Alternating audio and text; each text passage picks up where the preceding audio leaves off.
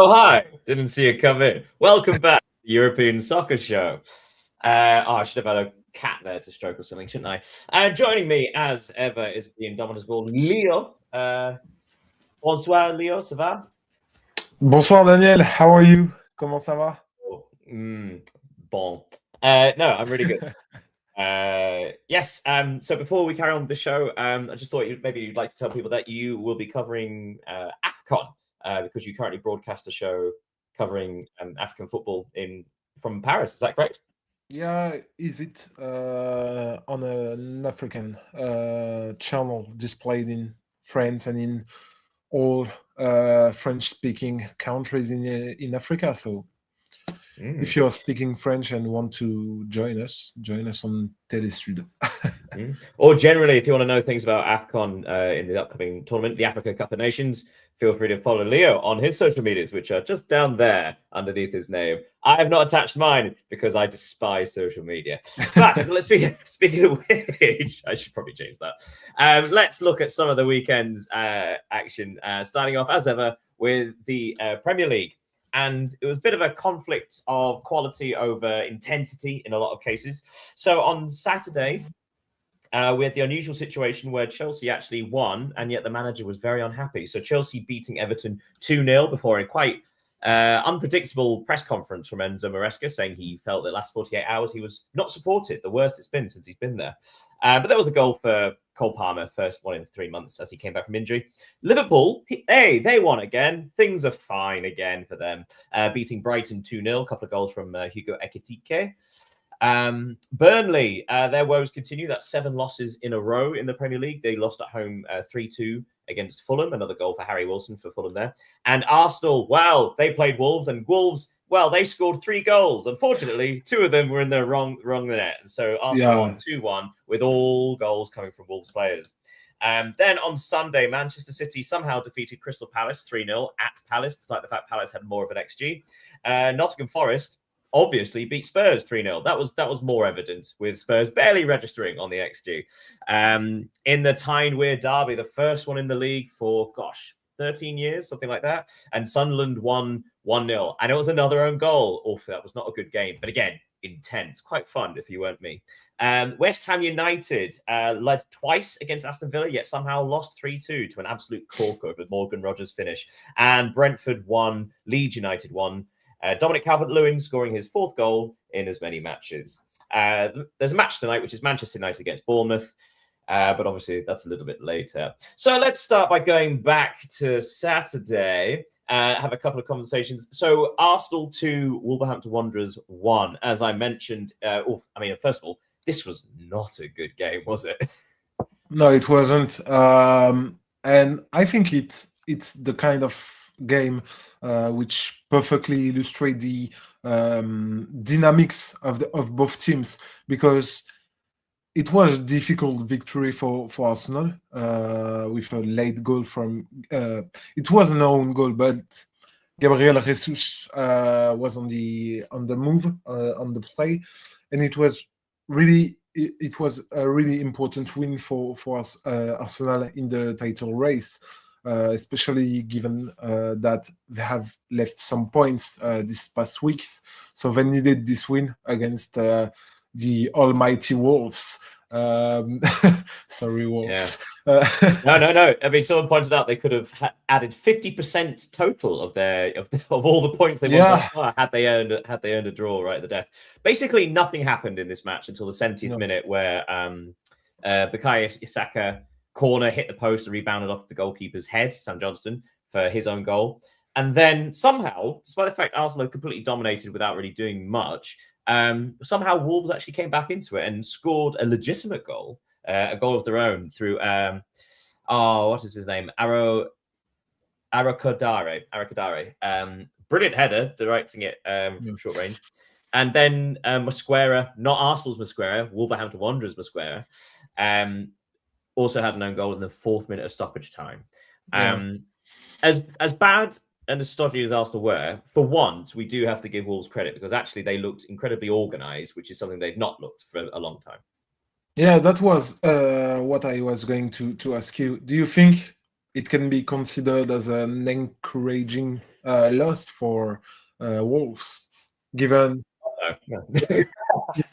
against, Over it here. given the game we have Yeah. against Arsenal.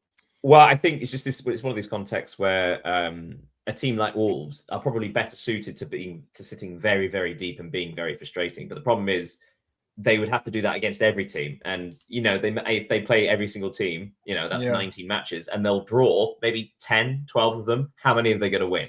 Is the issue. Like, playing that way will never be enough to win matches. And will they win a game? Yes, I predicted. Yeah. We'll come on to this a bit later, but I guess for those interesting, Lee and I had a discussion a couple of weeks ago. I made a prediction that Wolves will win at Anfield. Like, why not? Liverpool are going through a strange phase, and it seems a bit right that Wolves just out of nowhere be like, yes, we'll win this one. But anyway, back to reality outside of my funny little head. It was an interesting weekend because the three teams currently in the top three of the Premier League all were very lucky in their victories. So Arsenal very fortunate in their victory. Manchester City winning 3-0 at Crystal Palace. Yes, it seems an easy scoreline. But as I said, Crystal Palace outperformed them in regards to XG. And in fact, Manchester City scored 3 goals from an XG of 1.21. So actually, they were incredibly clinical. But they're quite fortunate that Palace didn't take their chances. Yeah, and I think that the result, the 3-0, doesn't really illustrate the game, because during the first half, I think Crystal Palace could have scored, or at least put Manchester City more in danger than they did. And then I felt that when they conceded the first goal from Haaland, once again, they fell apart, because I don't know. I felt during the second half that it was easier for Manchester City. Yeah. Maybe because they played at the Santiago Bernabeu in the Champions League, so maybe the legs were.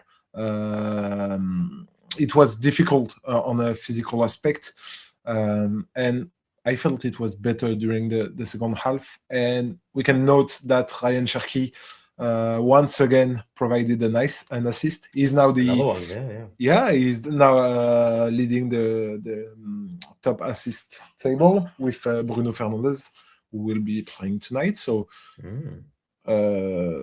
that's great for him, especially since he have missed 2 months of competition.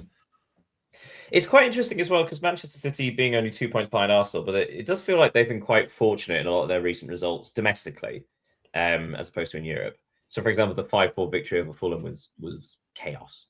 The 3-2 win over Leeds United, chaos. Whereas this one felt important that they scored the first goal, because actually they, as you described, like they were actually able to control it. As opposed to what's usually happened, which is they sort of let it slip a little bit. But speaking of the third team, Aston Villa coming behind twice to win 3-2 at West Ham United. West Ham actually scored in the first minute. I think this has been registered as the fastest goal of the season, which we've had quite a few in the last couple of weeks in the first minute. Mateus Fernandes scoring for West Ham after an error from Ezri Konsa. But then Mavropanos scored an own goal. Jared Bowen retook the lead before half-time, 2-1, and then 2 Morgan Rogers goals, but the second of which was absolutely sublime. Morgan Rogers seems to be one of Aston Villa's big game players, but it seems that Aston Villa actually have quite a few of those kind of players, the type that sort of stand up and take the game by the scruff of the neck. They do seem to have quite a few of them. Yeah, and I think they're an extremely complete team, Aston Villa. We recall last week that they hadn't scored till first 5 matches. Something like that. And now they have won 9 consecutive games in all competitions, losing to Liverpool, if I'm not wrong. Yeah, that's the only one. Yeah, and when you look at the table, it's sensational to see that they are only 3 points behind Arsenal and 1 behind Manchester City. I don't think anyone could have expected that. Well, I think as well, because it's been quite fun with the discussion about Aston Villa being in the title race, and if they continue this form, then hopefully they can be. But it does feel like I forget what the record is. I think it's 14 wins in a row. But there's a reason why it's so hard to put these runs together. Yeah. So surely Aston Villa will be coming to the end of this run at some point. And also, it should be pointed out, they've been outperforming their XG basically since the second month of the season, and yet they still managed to keep doing it. With regards to like Morgan Rogers scoring yet another goal from outside the box. So you do expect at some point for Villa to drop off a bit. However, perhaps more importantly than them being so close to the title race is that there is a clear gap between them and that huge mess in the middle of the Premier League. So actually what they are doing is solidifying their chances for the Champions League next season. Yeah, that's what I want to talk about. Aston Villa are now 4 points ahead of Chelsea, who are fourth. 5, isn't it? 5. Okay, so 5. So it's important. And if you look at their result since the start to the season, they beat both Manchester City and Arsenal. So interesting to see that they can compete in those big possible games. But also the teams that can actually have a choice, have an impact on who does win the title, even if they don't themselves. A word on Sunderland, who are currently 7th on 26 points after beating Newcastle in the Tyne-Wear derby. Again, not a great match, but what it was actually a lot of fun, because it felt like one of those old-fashioned derbies that was more physical and noisy than actually any quality. And just a moment of freak luck won it for Sunderland in the end. Do you feel it was deserved, or it was just one of those where it just basically was a flip of a coin to see what would happen? I got one question for you. Did you really expect more from that kind of game? No, absolutely not. But also, it has been such a long time since anyone really experienced it. But the other being, of course, for those who don't know, I'm a Newcastle United fan. I think the most disappointing thing was just that it seemed like Newcastle were just bad. It doesn't seem to make much tactical sense. It didn't make sense in regards to how few tackles they won and how many 50-50s they lost, that kind of thing. So it personally be I'm not sure Sunderland deserved to win it, but perhaps Newcastle deserved to lose it, if that makes sense. They certainly didn't do enough to win at all. But to be honest, Newcastle scored an exceptional goal. They did. Another beautiful header by Altamar. Again, the wrong direction. I don't understand how it is possible, because the way he puts his body was suicidal for a striker of his class. Moving swiftly on, though, before we clock off from the Premier League, looking at the bottom of the table, obviously Wolves are there. Hi, Wolves, all the way down there. But word on Burnley, because we've spoken about this recently. That's now 7 losses in a row in the Premier League. There is now 6 points between them and Leeds United in 17th. So that's 6 points from safety. It does feel like Burnley, if they're thinking short term about trying to stay in the league, it does feel like they're going to make a change soon, because there's not much evidence of them changing the format, is there? Yeah, I think you're right. The only thing for them is that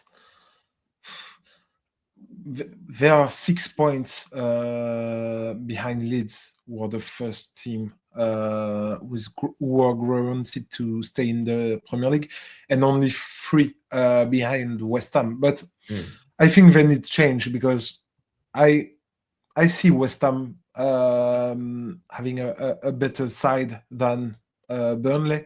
We will need to see how Leeds. If Leeds will continue their streak. You've mentioned Dominic Calvert-Lewin. He's been really great this past 4 weeks after having a difficult year, both at Everton and now at Leeds United.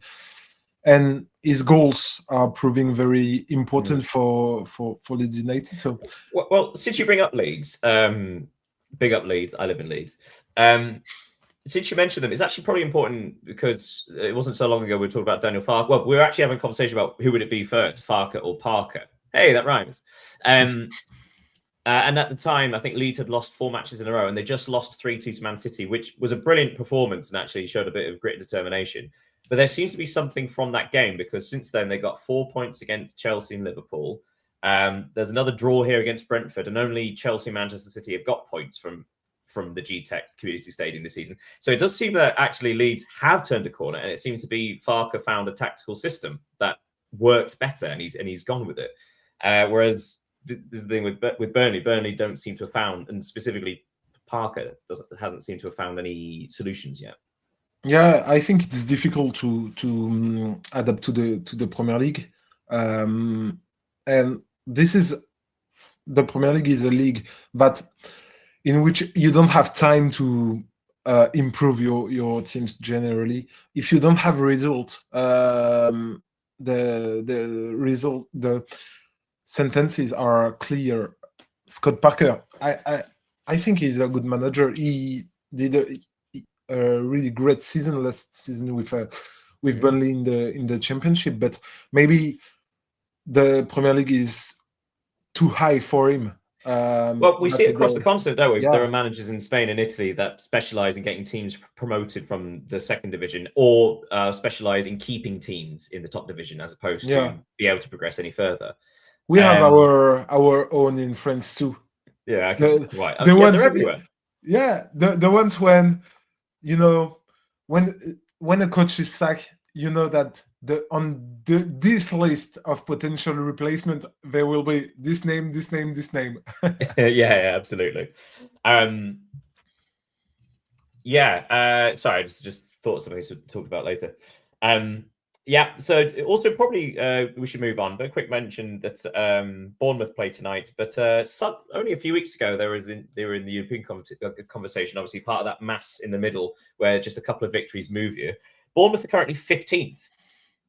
So talk about later. So Leeds United are 3 points ahead of West Ham, but only 4 points behind Bournemouth and Brentford and Fulham.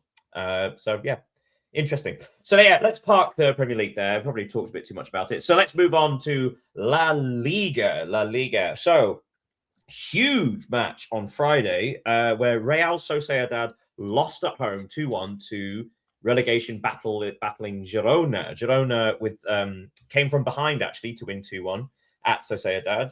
2 goals for Tiskanov, which meant that Girona. Actually, I'll move on to the table later. But yeah, brilliant from Girona there. On Saturday, Atletico Madrid beat Valencia 2-1 to worsen Valencia's own relegation worries. Mallorca defeated Elche 3-1. That was a big victory as well. Barcelona 2, Osasuna 0. Osasuna actually were doing brilliantly. 0-0 at halftime, and then 2 goals from Rafinha in the second half. And then another victory for Espanyol, this time at Getafe, winning 1-0 there. And on Sunday, huge victory, Sevilla winning 4-0. Celta Vigo beat Athletic Club 2-0 as well. Rare victory for Real Madrid. Who would have thought? 2-1 at Alaves. It was 1-1 until the last 20-odd minutes where Rodrigo scored. That's a nice thing for him. His second goal in a week. The Levante-Villarreal game was postponed due to severe weather warning, and Rayo Vallecano-Real Betis play tonight. So probably a quick look at Real Madrid and the big hitters. So Real Madrid beating Alaves, 2-1 goal for Mbappe, for Rodrigo again, as I mentioned. It felt like they barely did enough, but at least they did enough this time, because in recent weeks they haven't. Yeah, as you said, they are finally returned to winning ways. It was important for them, as it was for Xabi Alonso after another defeat in the Champions League against Manchester City. But to be honest, it was another difficult game for Real Madrid. Alaves played well, and Real Madrid didn't. But when you got Kylian Mbappe in your squad, we have said it numerous times in the past.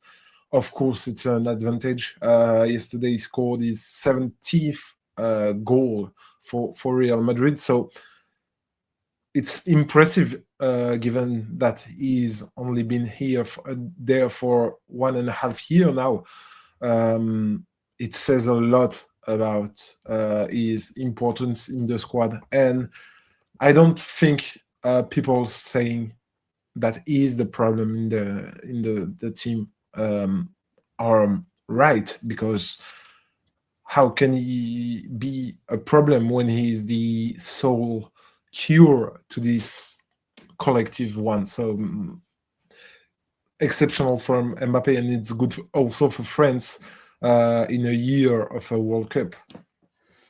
Oh God, France's squad is disgusting. Okay, then looking at Barcelona beating another very similar to Real Madrid, actually playing a team much further down the table than them. Although that's doing Alaves a bit of disservice. So Barcelona is struggling to a victory over Osasuna 2-0. Yeah, Hansi Flick spoke recently because obviously he reinstated Rafinha into the starting lineup in the last couple of weeks over Marcus Rashford, who obviously is having a terrific season. And he was asked about that, and he sort of stated that Marcus has shown the perfect mentality, because he's committed to actually trying to get back into the side, but also hasn't questioned the fact that Rafinha is back in the side, because obviously Rafinha had one of the best seasons any player's ever had last year. So it's almost like he didn't complain despite the fact he's played so well. So it does feel like Rafinha has historically earned the right to be there, although I don't want Mohamed Salah to get any ideas. Of course, and Rafinha also has for him to be one of the captains of Barcelona, so his place is deserved, and he shows on the pitch that he deserves to be on it. I remember his substitution against Chelsea. He was one of the only Barcelona players to be really good. Then they played at home against I forgot their opponent last week. He also was decisive. He also proved decisive. This weekend he scored a brace. So he's, I will not say the spirit of Barcelona, because I think Barcelona is an entity that has a spirit in itself, but he's the one that incarnates what Flick wants from his team, and is invaluable for him. Quick word on just let's look at the table first. So Barcelona are currently top on 43, Real Madrid second on 39, Villarreal are still third on 35, despite the fact they actually have 2 games in hand. Because their match against Levante was postponed. I was going to say, like, Villarreal, it's almost a shame, because they seem to be struggling in Europe in the midweek matches, but seem to excel in the league itself, in La Liga. So I suppose the worry is if they have too many matches to catch up on, that's a lot more midweek games they have to play, which, considering they don't have the biggest squad, seems slightly it's a disadvantage, I think.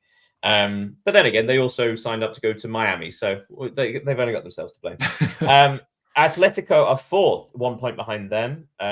But then in 5th place, your friends and mine, Espanyol. Espanyol are currently 6 points ahead of Real Betis in 6th place, although they do have a game in hand. Espanyol, let's have a quick word on them, because originally one of the stories of the season in La Liga has been Elche and the style of football they play and how impressive they've been. But Espanyol seem to have come from nowhere, and unlike Elche, actually seem to have consistency to challenge for Europe. Yeah, and I don't think anybody expected Espanyol Barcelona to be that high in the league, because they haven't been like a really first team in the tables this past few years. They played in the second division, and they are doing a terrific job this season. They haven't played against all of the biggest opponents. I know that they will play, their next game is against Athletic Club, and then they will play Barcelona. I think the Atletico game will follow soon, so they will have to play against these big teams, and it will permit them to see if they can have ambition, European ambition, at the end of the season. but you have to praise what they have done so far. They are on a run of 4 consecutive wins, which is impressive. They have beaten Celta and Sevilla, who are 2 powerhouses this season. So yeah, interesting. And they will not play in the Copa del Rey because they have been eliminated, so it can be an advantage. Fair point. A look at the bottom, Levante game in hand, but they are bottom on 9 points behind Oviedo on 10. But more interestingly, there is this now real scrap because I mentioned it before, Girona getting that win at Real Sociedad. Not only is that huge for Girona, but it's huge for Sociedad. So Girona are 18th on 15, level on points with Valencia, level on points with Osasuna, and 1 point behind Sociedad. So it felt like, at one point about 3-4 weeks ago, it felt like Real Sociedad actually had turned a bit of a corner. They found some form, managed to pull away from the relegation zone, but they've been pulled.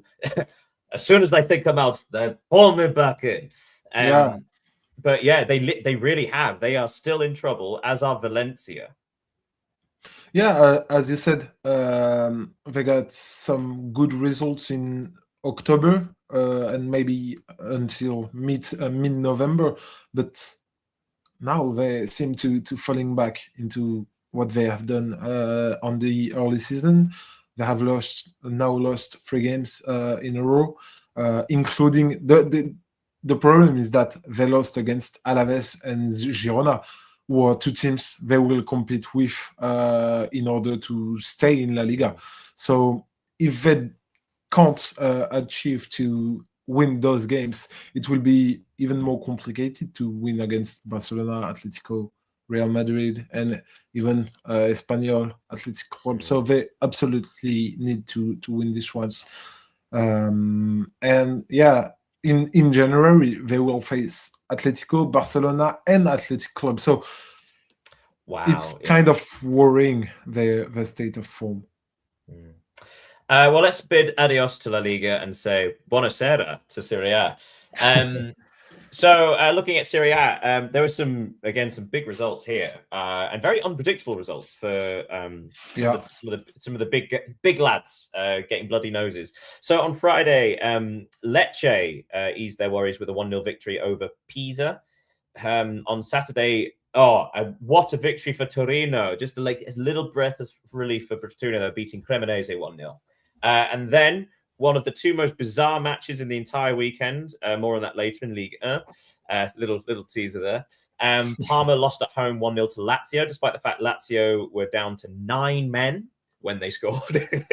Actually, I'll give you the details. Zaccagni was sent off at the end of the first half, so about the 42nd minute, so down to 10 men. And then Basic was sent off with about 15 minutes left to play, so down to 9 men. And then, for the sake of it, Noslin scored with about 8 minutes to play. So why not? Beating Parma with 9 men. It's quite impressive, really. Atalanta, the rebuild starts now. Beat Cagliari 2-1. A couple of goals for Scamacca. On Sunday, AC Milan, at the time the league leaders, stumbled against the promoted Sassuolo 2-2. In fact, AC Milan were leading 2-1 with about 15 minutes to go before Sassuolo equalized. So yeah, they could beat the big teams, but they struggle against the smaller teams. AC Milan. Yeah. And Fiorentina, the heartbreak continues. Lost at home against the team immediately above them, Hellas Verona. Hellas Verona winning 2-1 in Florence. It was 1-1 until the 3rd minute stoppage time, where Orban scored his 2nd goal for Verona. And that win pulls them 6 points clear of Fiorentina. Fiorentina now 8 points from safety. Probably the biggest shot of the round, though, Udinese 1, Napoli 0. Udinese were causing issues for the big teams earlier on in the season, but they're doing it again. Ecclethorpe, scoring the only goal there. Napoli, not a single shot on target in this match. Genoa 1, Inter 2, with goals from Bisek and Lautaro Martinez, gave Inter the victory there, winning where their city sakes could not.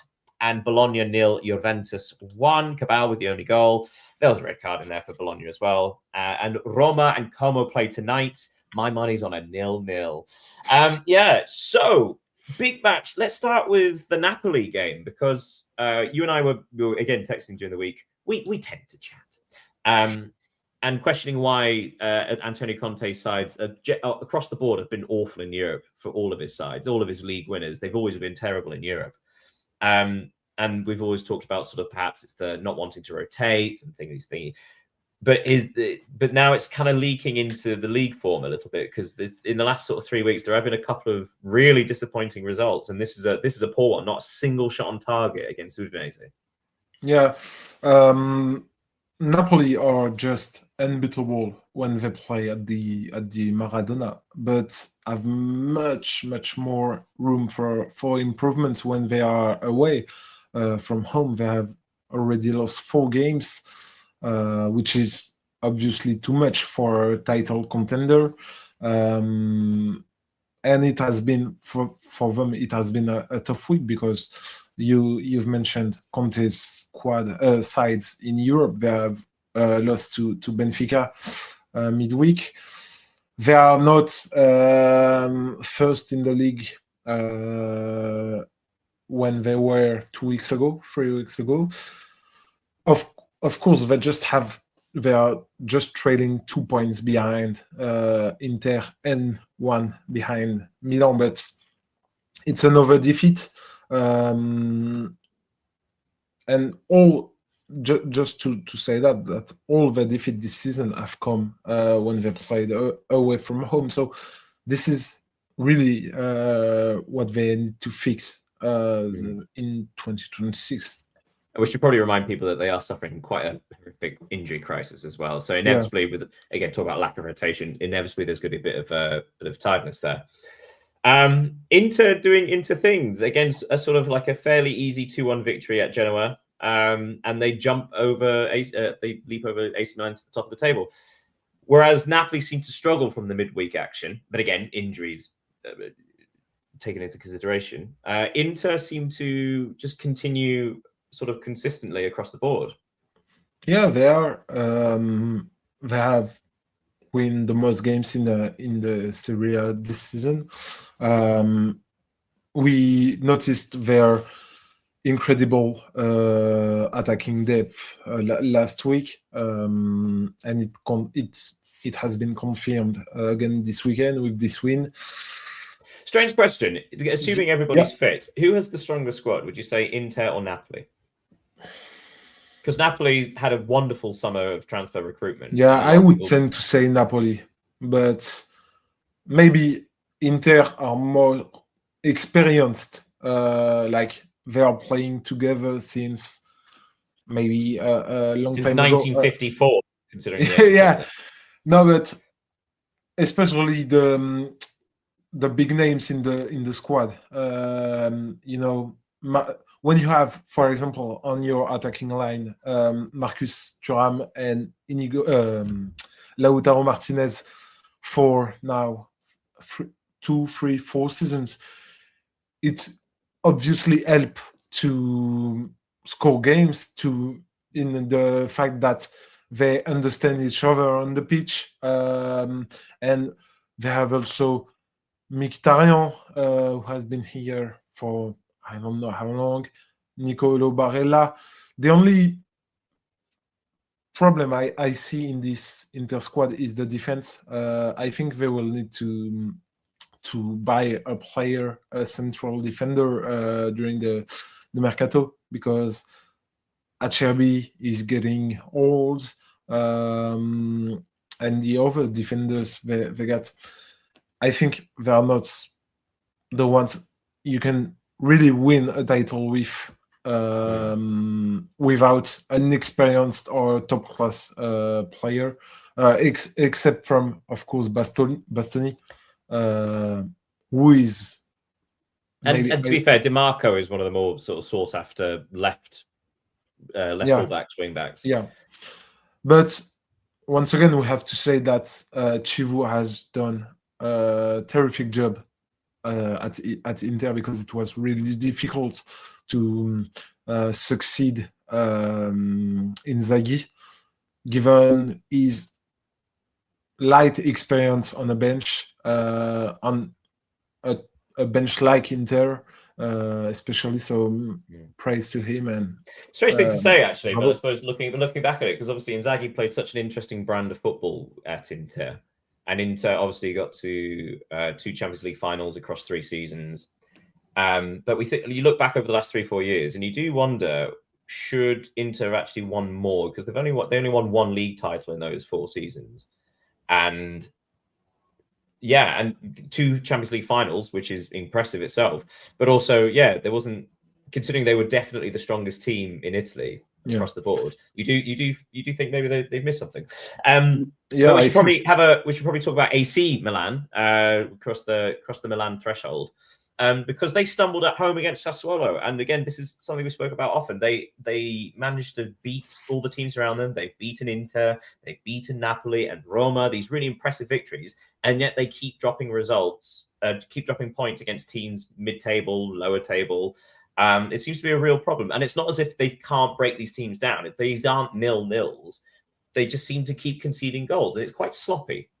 Yeah, and especially at home, where Milan should win the most points. It's I think it's a deceiving result, especially given if they had won this one, they could have took the lead on the league.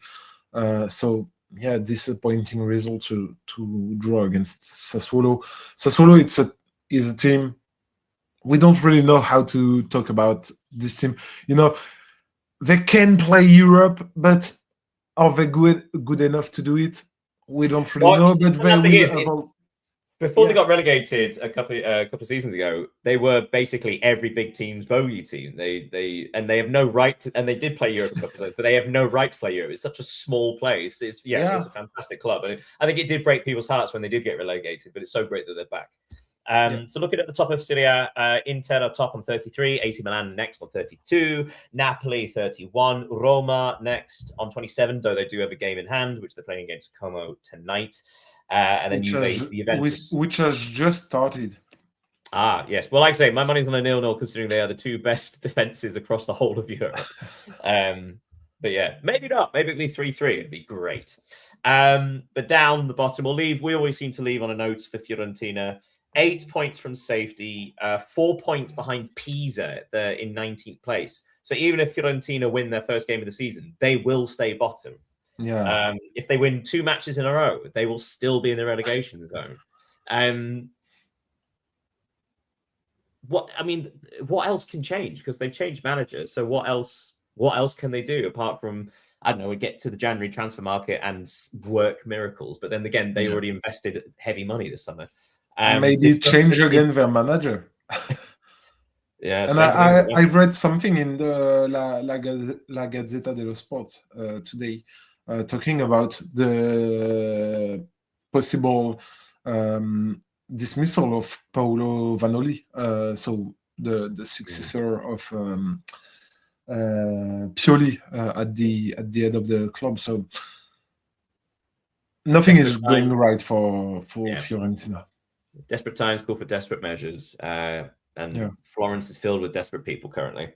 Right, we'll leave Serie A there and trot on over to the Bundesliga, where I know we've had some sort of predictable chats about the Bundesliga these weeks, but this was a very unpredictable week, very fun week. Although it makes no bit of difference to the title race. On Friday, RB Leipzig, possibly the most informed side in Europe, lost at Union Berlin 3-1. It was 0-0 at half-time, actually. But yeah, 3-1 Union Berlin ended up winners. On Saturday, Borussia Mönchengladbach, their good form has ceased. They lost at home 3-1 to Wolfsburg, who were, again, real relegation fears, but they've turned around a couple of really important victories. Frankfurt beat Augsburg 1-0. Hoffenheim beat Hamburger 4-1 at home. It was 4-0, actually, with 10 minutes to go before a late consolation for Hamburg. Great performance there from Hoffenheim. St. Pauli won 2-1 against Heidenheim. A victory for St. Pauli. They finally won. Yeah, good for them. Although against relegation rivals as well, but even sweeter. And the only team in the top 4 to win by Leverkusen. beating Köln 2-0 with goals from Terrier and Andrich.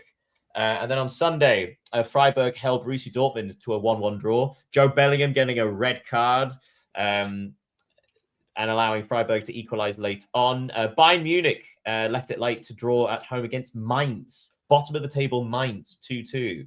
And then Werder Bremen 0, Stuttgart 4. They were 2-0 up before Koulibaly got a second yellow card and then ran riot at the end. So it's funny, this rather than speak out general team, it's quite funny that the 3 occasions that Bayern Munich have dropped points this season, every single one of those weeks, Dortmund and Leipzig or Leverkusen have also dropped points. So at no point has anybody even attempted to catch up to Munich because everyone, this doesn't seem to grasp the opportunity. But having said that, very important that Bayer stay in this because at one point it looked like they were slipping behind Dortmund and Leipzig in this Champions League fight. But it's very important for them to keep touch because it's currently between Leipzig in second and Hoffenheim in fifth is only 3 points. And those 3 points is a lot of money. Yeah, the race for the Champions League, it's fire in Bundesliga because there is obviously Leipzig, Dortmund, and Leverkusen. But if you take a look at the table, Hoffenheim are also 26, Stuttgart at 25, Frankfurt 24. So it's really cool to see this kind of race. But I wanted to insist on the feat that Mainz achieved against Bayern Munich because it's never easy to play at the Allianz Riviera. Not Allianz Riviera. Sorry, it's the name of the Nice stadium. What's the name of the stadium of Bayern Munich? Allianz Riviera. Yeah, sorry. It's hard to keep track because there's an Allianz Arena, there's an Allianz Stadium, there's an Allianz. So in Nice it's Allianz Riviera. So too much Allianz. Yeah, and there's one in Dublin as well. I think it's the Allianz. Yeah, no, is it not Aviva? No, Aviva Stadium in Dublin. No. I'm sorry. I'm thinking about Twickenham. There's an Allianz in the UK somewhere. I forget which one. But it sponsors a lot. It's a lot of stadiums are Allianz based. But let's take people through that match then. So Munich took the lead through young Karl again. He's having the season of his life before Mainz equalised just for half time. But then Mainz took the lead in the second half, and it took a late Harry Kane penalty to save it for Bayern Munich. So Mainz performed admirably, actually. And unlike Wolves, they did hold on for at least a point. Yeah, and it wasn't expected, of course, for them. But unlike Wolves, they got 7 points. So, which is really different. If they win a game, they will be in the race with St. Pauli, Heidenheim, even Augsburg to avoid relegation. But no, it's obviously a superb result for them. But the fact is that Bayern also managed to avoid their first defeat in this season of Bundesliga. And in fact, they extended their lead at the top, despite the fact they drew against the side bottom of the league. Which is Bundesliga. So it's a shame that neither Leipzig or Dortmund could win this weekend. And for context, had Leipzig won at Union Berlin, they would have narrowed the gap to 6 points. As opposed to what it is now, which is 9. Now, of course, 6 points is still huge, especially when you're chasing Bayern. But again, my point exactly that the 3 times that Bayern have dropped points, at no point have they been put under pressure. At no point has been, the gap's only 3 points. The gap's only no. And it's just, and somehow they drop points and still extend their lead. Speaking of which, we should probably talk about Borussia Dortmund because they did take the lead against Freiburg through Bensebaini. But then a sort of completely unnecessary Joe Bellingham red card early in the second half kind of ruined things for that. And Höller equalised late on for Freiburg. Does this count as Dortmund tripping themselves over again? Or is this a case of them just having a young player starting in the lineup and sort of not quite not quite reaching the levels expected yet? The thing we can say is that it's been a difficult start of adventure for Job Bellingham at Dortmund, not only on the pitch, but he had some issues with his parents trying to get involved in the management of their son, which, in my opinion, isn't the best thing to do. To get some close people, yeah. Or Bellingham is a older brother, because we've heard things about that. But Dortmund are so, every season they missed opportunities to close the gap with Bayern, and it's once again it proved true against Freiburg, which are a good team in the Bundesliga, but they are not playing relegation, but they are not playing the race to Europe. They struggled. Serhou Guirassy didn't score once again. So that does seem to be the way, doesn't it? They do seem to struggle for goals if Guirassy doesn't contribute either assist or goal. They seem to struggle to find them from elsewhere. And Adeyemi, who had been really great these past weeks, has only played for a couple of minutes. So it wasn't their game to win, I think.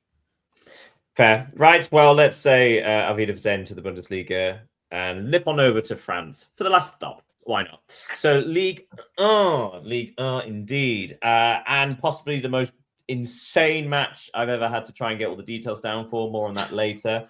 On Friday, Angers defeated Nantes 4-1 to ease their worries and actually gone off into like lower mid-table.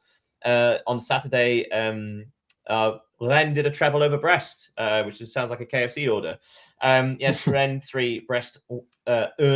Brest actually took the lead early on before Rennes rallied. Metz 2, Paris Saint-Germain 3. What a fun match that was. What an effort from bottom of the table Metz. They are fun, but they're still last. Paris FC 0, Toulouse 3. That was an easy win there for the victory there. And on Sunday, Lyon, finally, another victory. 1-0 over Le Havre. Is it just Schulk scored the only goal there? Auxerre against Lille. We'll come on to that in a bit. I'm going to give it its own space there. Lens 2, Nice 0. A nice victory over Nice. Of course, Nice are terrible. And again, that's something else we spoke about midweek. A new defeat. We can make a prediction. But yes, Lens winning a couple of goals there from Edouard. Strasbourg 0, Lorient 0. Happened. And Marseille went back to winning ways with a 1-0 victory over Monaco. Mason Greenwood getting the only goal in that game. So let's start with top of the table. Lens, still top of the table, 1 point ahead of Paris Saint-Germain. And a Nice easy victory today. Yesterday, rather. So it was fairly effortless. It did seem that they could actually almost take their foot off the gas a little bit. With like I said, Edouard's getting a goal either side of half time. It was nice for Lens not to have to be too intense with this match, considering they are playing the long game. Yeah, they are.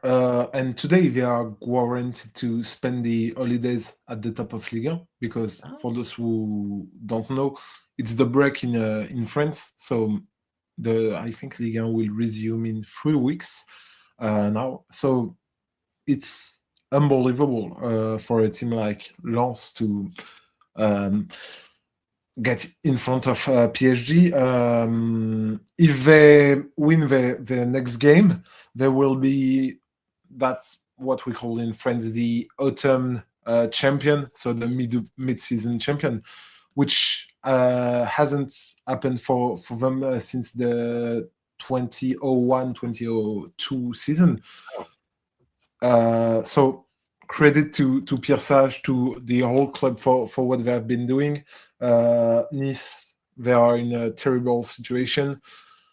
Week after week, they lose games. In Ligue 1, as in Europa League, their supporters went to the training center 2 weeks ago and assaulted players, being victims of racist insults. So, which is obviously terrible. They don't seem to have, sometimes we've been talking about Wolves earlier in the show, and maybe Wolves can use this defeat to construct something, to build something on. But Nice, there is no positive points to their games. We don't know how and when they will finally stop losing. And yeah, I think it's the best time of the season to play against them. Yeah. So Paris Saint-Germain still looking. So they're second place on 36. Do you think they deserve credit for this victory over Metz? Because Metz, as we've seen in the last month or so, can put up a fight. But also Paris Saint-Germain perhaps rotated a bit too much.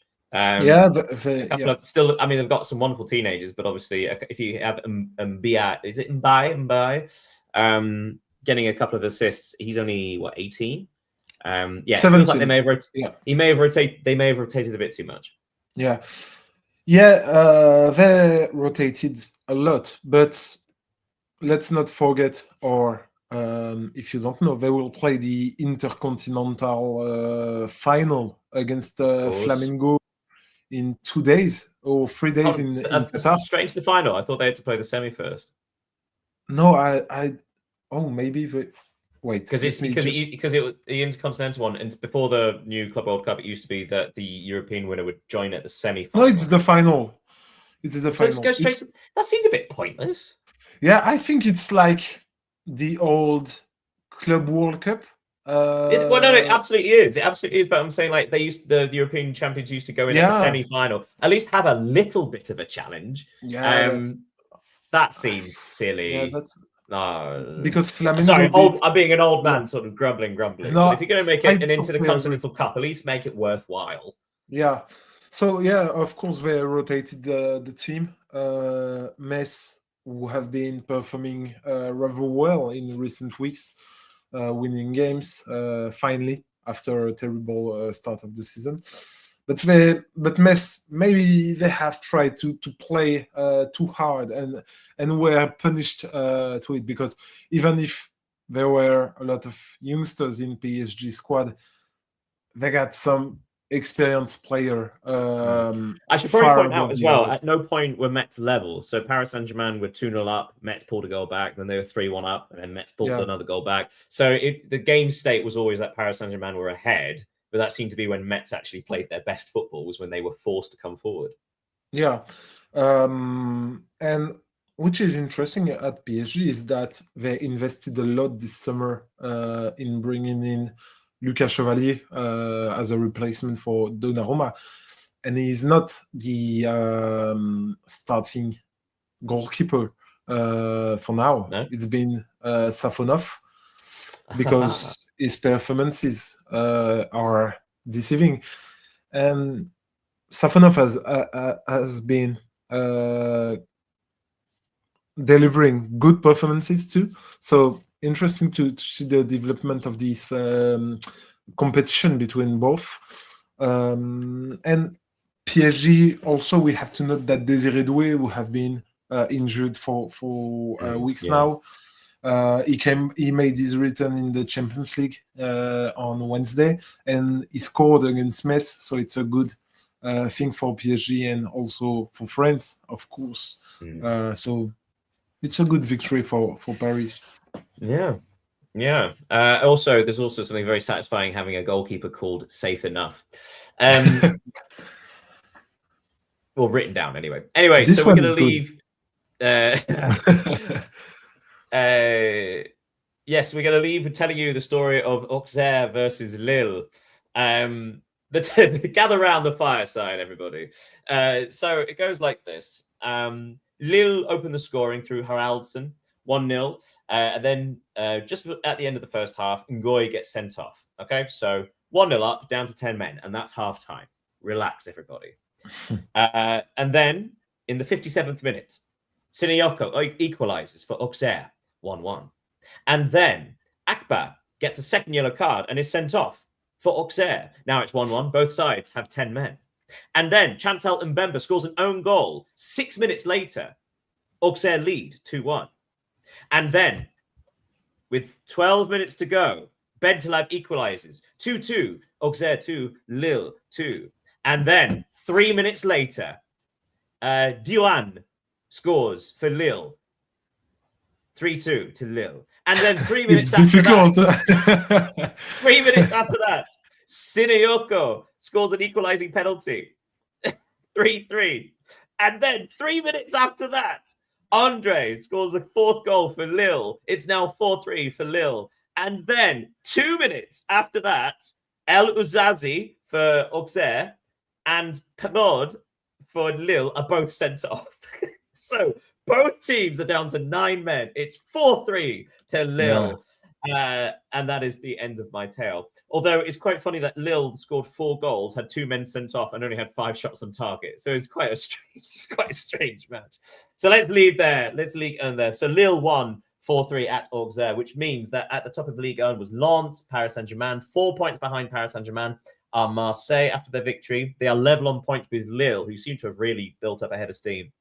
And there is now a 5-point gap between Lille in 4th and Lyon in 5th, who are level on points with Rennes. And then 4 points behind them are Strasbourg, Toulouse, and Monaco down in 9th place. Right. That's all the league. I just have something for you. I know you like statistics. Oh, wait. So pretend it's a trivial trivia at the bottom. It is not. It is not because it's not trivia. It's just you will never find the answer. But no, because it's a statistic extremely precise.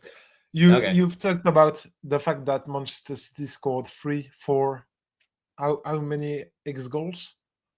I think it was 1.21. Okay.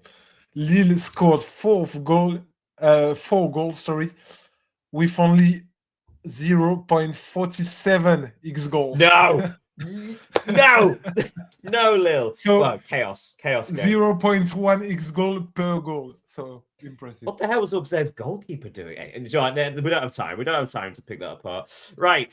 3 things we may have missed. I would like to talk about Scottish football. Yeah.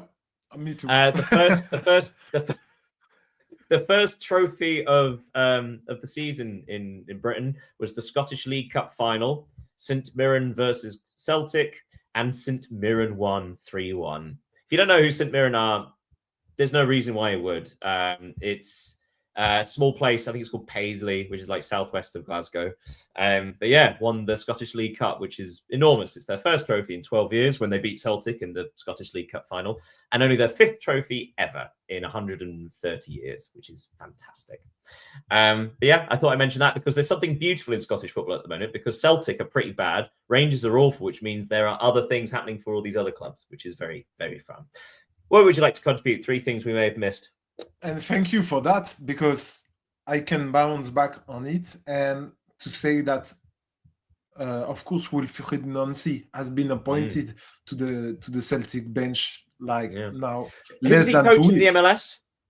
Yeah, in the for the Columbus Crew. Columbus Crew. Okay. Yeah, and he, following reports, he is already under pressure at Celtic after only 2 weeks. Well, it does seem a bit mad, doesn't it? Because Martin O'Neill, and for those who don't know, Martin O'Neill is a legendary Celtic manager, but he last managed them about 12 years ago, 13 years ago. He is in his 70s now. But he came in, I think he won every game apart from one. I think it's like 6 wins, 1 draw. He sort of steadied the ship. Celtic have caught up to Hearts in the Premiership table. They righted the ship, and then Nancy's come in. They lost to Hearts. They lost to Roma 3-0. They just lost to St Mirren in the League Cup final. So there were a lot of people asking, like, why didn't they just keep O'Neill for another couple of weeks? Because he was doing a good job. Difficult to say. And it should be noted that Nancy has lost his 3 first game in charge of the hoops. So, of course, it helps. And to finish... Sorry? They've only scored once, I think, as well in 3 matches. They've conceded 8 times, and I think they've scored once. terrible record. And to finish with the things you may have missed, I wanted to travel to Italy, where Sampdoria, if you followed last summer, their impossible relegation story. Yeah, they were saved from Serie C last summer, and unfortunately, they are having a difficult start of the season. They are currently 19th in the table. They have only won 3 games after 3 wins after 16 games, and so they are in danger of relegation. So, if this were to happen, it would be historic, because this club is historic, and they have never played so low in the Italian landscape. So difficult times. Troubling times for some former glorious clubs like Fiorentina and Sampdoria. I've got one more just in case you've missed it. Just another shout out to the Jamaican centre back Richard King's been a great signing for St Mirren. Yeah, he absolutely has. I mean, the manager's been done a terrific job as well. I think he was at Motherwell before then, but he seems to get so much out of his players in such a difficult situation where you're constantly outperformed by the big Edinburgh and Glaswegian clubs. But yeah, it's a good shout there. Yeah, so I just got a quick little thing about, because I mentioned a few weeks ago about Coventry in the Championship in England, England's second tier. Frank Lampard's Coventry, the lead at the top has been cut to only 5 points. But I would just like to say that the top 2 spots are automatic promotion. They are currently 12 points ahead of third place. So Coventry and Middlesbrough are looking pretty sweet to go back to the Premier League, which is great because neither of them have been in the Premier League for a long time. Very exciting. Right, and finally, trivial trivia. Fun times. That's your time. Yeah, I was going to ask, do you have anything? Because I have a minor one. I don't. So go on. Okay.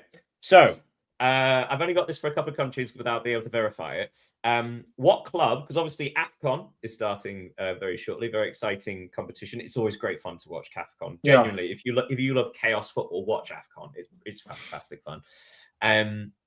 Which European club, top league European club, is going to lose the most players to AFCON? It should be in France. Yeah. Yes, I insist it should be. Yeah. No. Maybe Lorient. I think they will miss 6 or 7 players. That's a very good shout, sir. Yeah. You are correct. Lorient tied 7 with Marseille. Apparently Marseille are losing 7 as well. Yeah, Metz also will miss some players. Do you know who I have in third place though? Apparently it's Sunderland. Okay. They're going to lose 6 players. At what point, depending on, because we didn't have all the qualifiers, at one point they were going to lose 9 were shortlisted. But yeah, 6. And Sunderland lose 6, which is ironic because they just beat Newcastle, who aren't losing any. Anyway, so AFCON begins shortly. The Intercontinental Cup happens. Wait, that's a thing. Thank you everybody for joining us once more. It's been great. It's been great fun. Lovely having you all here. We will be back next week. The French league may be taking a break, but we do not. We continue. Yeah, never. And actually, maybe we'll run at a decent time for once. Yeah, thank you so much, Leo, for joining us. Thank you, Daniel. And thank you everybody for watching. It's been lovely. Once again, check out the X/Twitter/ whatever it is. Find us on YouTube. Yeah, all of that. I will see you next time. Have a great week, everybody. Thank you. Have a nice evening, Daniel. Au revoir. Adieu. Au revoir.